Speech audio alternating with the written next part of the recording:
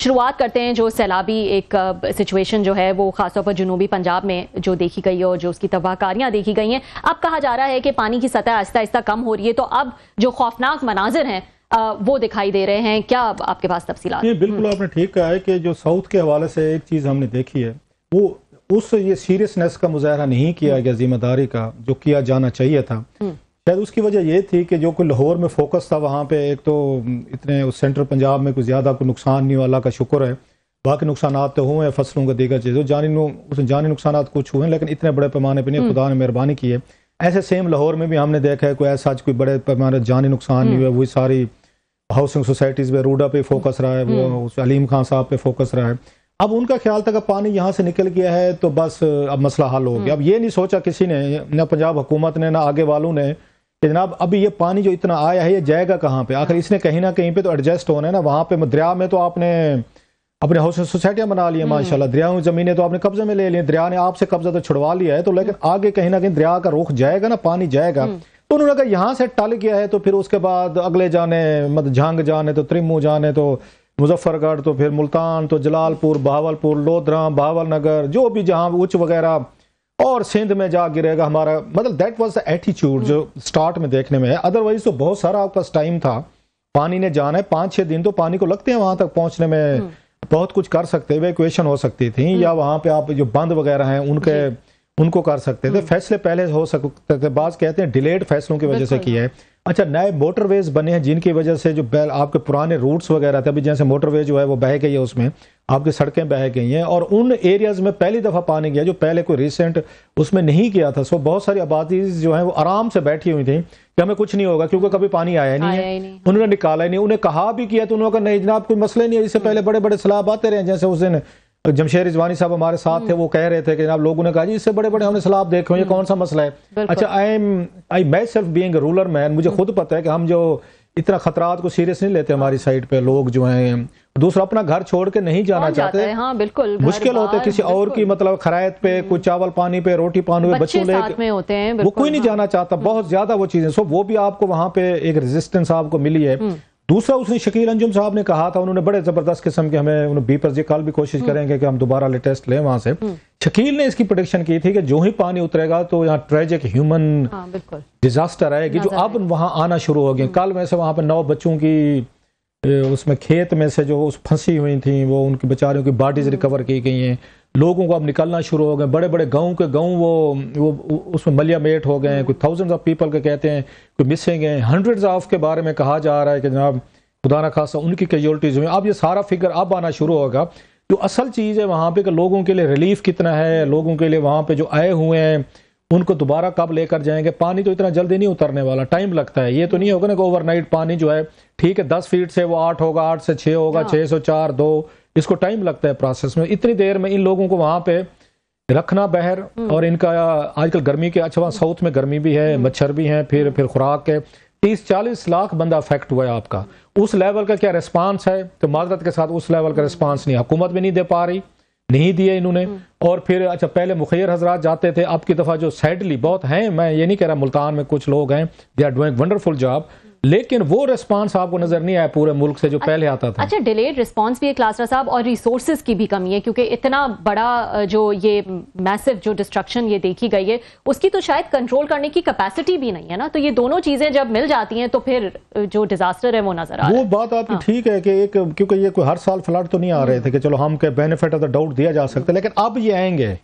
جو میں رپورٹس کچھ انٹرنیشنل پڑھ رہا تھا, گلیشیئر پگھل رہے ہیں. اگر ادھر نہیں آئے گا نا, یہاں سے نہیں آئیں گے,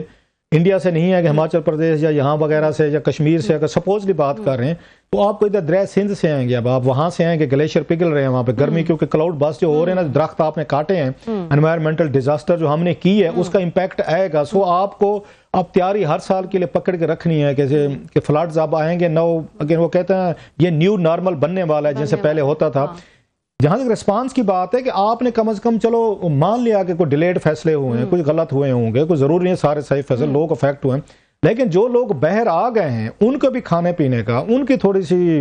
ان کی کیئر کا, وومن ہیں, چلڈرن ہیں, ان کی سینیٹیشن کے مسائل ہیں, ان کے خوراک کے مسائل ہیں, اور خواتین کے بہت سارے ایشوز ہوتے ہیں. تو آپ کیا اس مریم صاحبہ ٹھیک ہے 2-4 دفعہ گئی ہیں وہاں پہ, اچھا وہ نہیں جاتی تھی تو بھی ہم اعتراض کرتے تھے کہ اتنا بڑا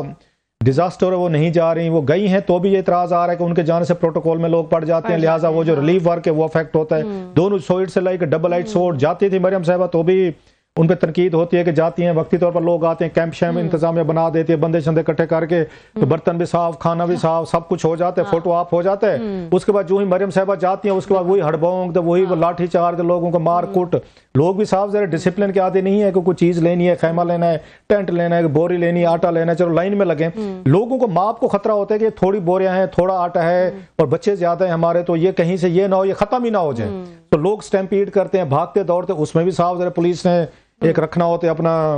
بالکل ڈسپلن،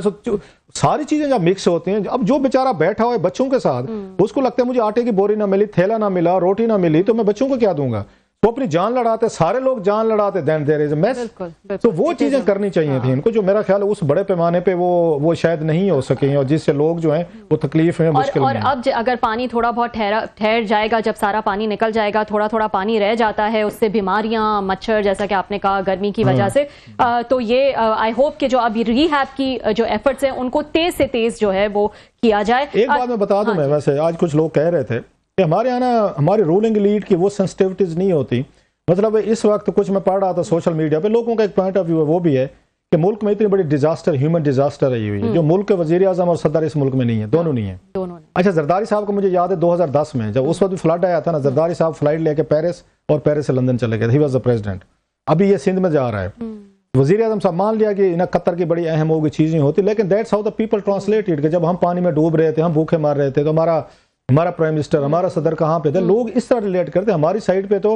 الیکشن ہی وہی جیتتا ہے، لوگوں کو کامو شامو سے غرض نہیں ہوتی، لوگوں کو ہوتی ہے کہ ہمارے گھر پہ خدا نہ خواستہ کوئی میت ہو گئی تھی، کوئی ڈیتھ ہو گئی تھی، فاتحہ کرنے آتے، فاتحہ پہ لوگ الیکشن جیتے ہیں، یا شادی ہوئی تھی تو جناب ایم پی ایم این اے صاحب یا کوئی صاحب جو ہے نا ہمارے گھر اس پہ دعوت ولیمہ پہ یا کوئی زردے کے چاول وہ کھانے کے لیے آئے تھے یا نہیں آئے تھے، یہ چیزیں کاؤنٹ کی جاتی ہیں۔ مصیبت کے وقت دیکھا جاتا ہے کہ کوئی آیا تھا نہیں تھا، سو یہ چیزیں بڑی کاؤنٹ کرتے۔ ٹھیک ہے، مریم صاحبہ نے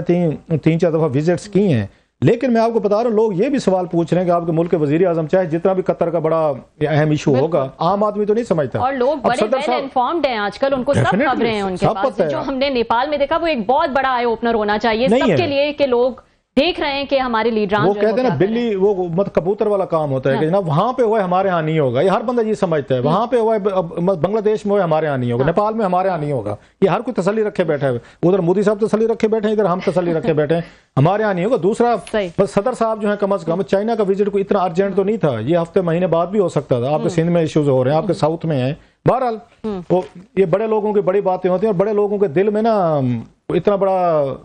کمپیشن بھی کم ہی ہوتا ہے، میں مطلب سافٹ لفظوں میں اتنا کہہ سکتا ہوں کہ کمپیشن کی وہ کم ہوتی ہے، تھوڑی سی برہمی جو ہے نا حکمران بننے کے لیے دو چیزیں بڑی اہم ہیں، بات اور سائڈ پہ چل جائے گی، ہمیں سیاست پہ بھی آنا ہے۔ ایک برہم ہونا ضروری ہے آپ کا، دوسرا اداکار ہونا ضروری ہے۔ برہمی اور اداکاری کا جب ملاپ ہوتا ہے نا، یو بیکم اے بالکل ایک گڈ پولیٹیشین۔ یہ دو چیزیں آپ کے نہیں ہیں نا، then you are a normal human being, so you have to be ruthless and you have to be a good actor۔ دونوں چیزیں ملائیں گے،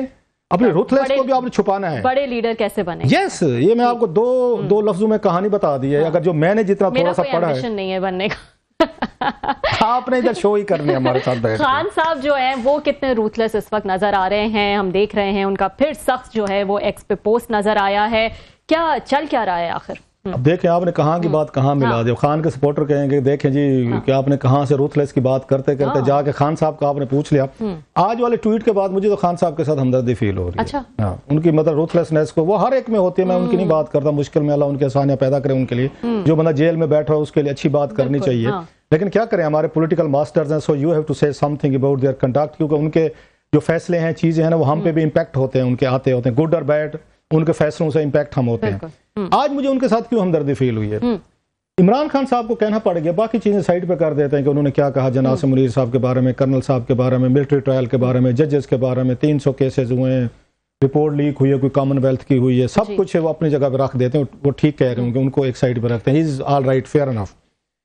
جو مجھے فیل ہوا ہے کہ انہیں اپنے فالوورز کو، اپنی پارٹی کو کہنا پڑا ہے کہ میرے ٹویٹ کو ری ٹویٹ کریں۔ یہ بات جب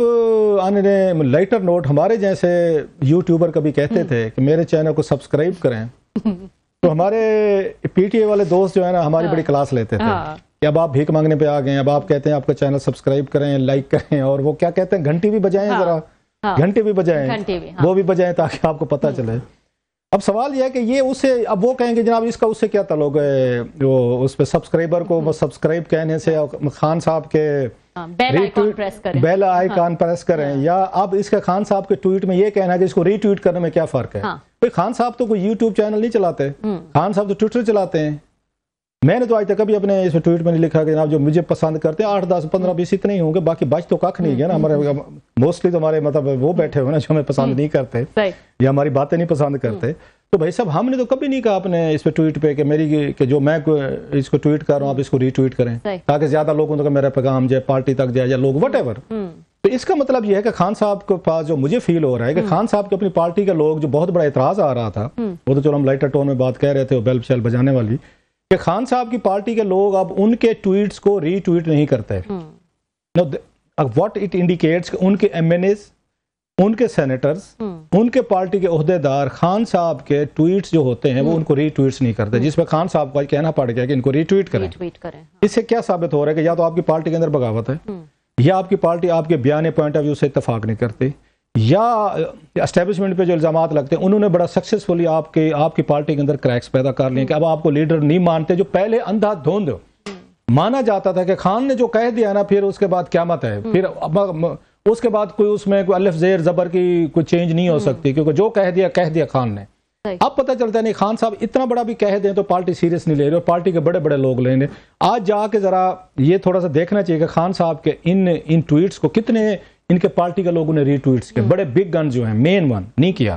اس میں کس کا قصور ہے؟ دو چیزیں، ایک تو پارٹی کو سمجھ آ گئی کہ یہ جو ٹویٹس ہیں خان صاحب اپنے ہاتھ سے نہیں لکھ رہے نا، یہ پہلے تو ہوتا تھا نا، خان صاحب خود کرتے تھے جب وہ باہر تھے، اب انہیں پتہ ہے کہ امریکہ میں کچھ جو لوگ ہیں خان صاحب کے ٹرسٹڈ، وہ بیٹھ کے ٹویٹس وہ کرتے ہیں۔ تو ایک تو انہیں یہ پتہ چل گیا ہے کہ خان صاحب کے اپنے ہاتھ سے نہیں ہو رہے، نمبر ون۔ دوسرا وہ سمجھتے ہیں جناب کہ جو لوگ بیٹھ کے یہ خان صاحب کا ہینڈل،